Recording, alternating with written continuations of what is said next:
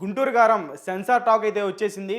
Fans అందరూ కూడా తడిగొడ్డేసుకుని పడుకోండి. సినిమాకి సెన్సార్ వాళ్ళు ఇచ్చినటువంటి టాక్ ఏంటంటే బ్లాక్ బస్టర్.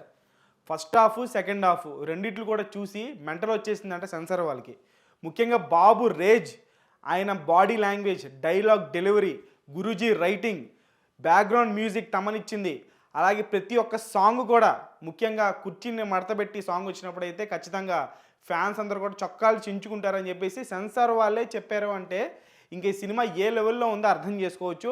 సో సెన్సార్ వాళ్ళు గుంటూరు గారం సినిమాకి యూ/ఏ సర్టిఫికేట్ ఇచ్చారు. అంటే కంప్లీట్ ఫ్యామిలీ కలిసి కూర్చునేటువంటి మంచి ఎంటర్టైనర్ని, ఒక మంచి మాస్ ఎంటర్టైనర్ని ఈ సంక్రాంతికి బాబు మరియు గురూజీ కాంబినేషన్లో మనం చూడొచ్చు అని చెప్పేసి సెన్సార్ వాళ్ళే దీనికి సర్టిఫికేట్ అనేది ఇచ్చేశారు.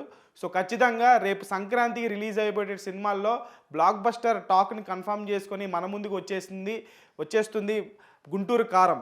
సో గుంటూరు కారం సినిమా చూసుకుంటే ఫస్ట్ హాఫ్లో, సెకండ్ హాఫ్లో సో ఈ రెండు మొత్తం 159 మినిట్స్ తెలుస్తుంది. అంటే దగ్గర దగ్గర 2 గంటల 45 నుంచి 2 గంటల 50 నిమిషాల వరకు ఈ సినిమా నిడివి అనేది ఉన్నట్లుగా మనకి సోషల్ మీడియాలో అయితే ఆ నిడివి తాలూకు టైం అనేది వైరల్ అయింది. కానీ ఇప్పుడు మీరు వెనక చూస్తున్నటువంటి యూ/ఏ సర్టిఫికేట్ మాత్రం ఖచ్చితంగా అఫీషియల్. సో అఫీషియల్ పేజ్లోనే గుంటూరు కారం వాళ్ళు సెన్సార్ వాళ్ళు యూ/ఏ సర్టిఫికేట్ ఇచ్చినట్లుగా తెలుస్తుంది. సెన్సార్ వాళ్ళకి మరీ ఈ సినిమా తాలూకు మెసేజ్ కానీ, ప్రతిసారి త్రివిక్రమ్ గారు ఒక ఫ్యామిలీ ఎమోషన్ని తీసుకెళ్లే విధానం కానీ, ముఖ్యంగా కామెడీ టైమింగ్లో గురూజీ తర్వాత ఎవరైనా ఇండస్ట్రీలో సో ఆ కామెడీ టైమింగ్ని మహేష్ బాబు గారు చేస్తే ఎలా ఉంటుందో గతంలో మనం ఆయన కాంబినేషన్లో అతడు చూసాము. దానికంటే నెక్స్ట్ లెవెల్లో కలేజాలో చూసాము. కలేజాలో మహేష్ బాబు గారు కామెడీ టైమింగ్ ఇంత ఉంటుందా అని చెప్పి ఆశ్చర్యపోయారు.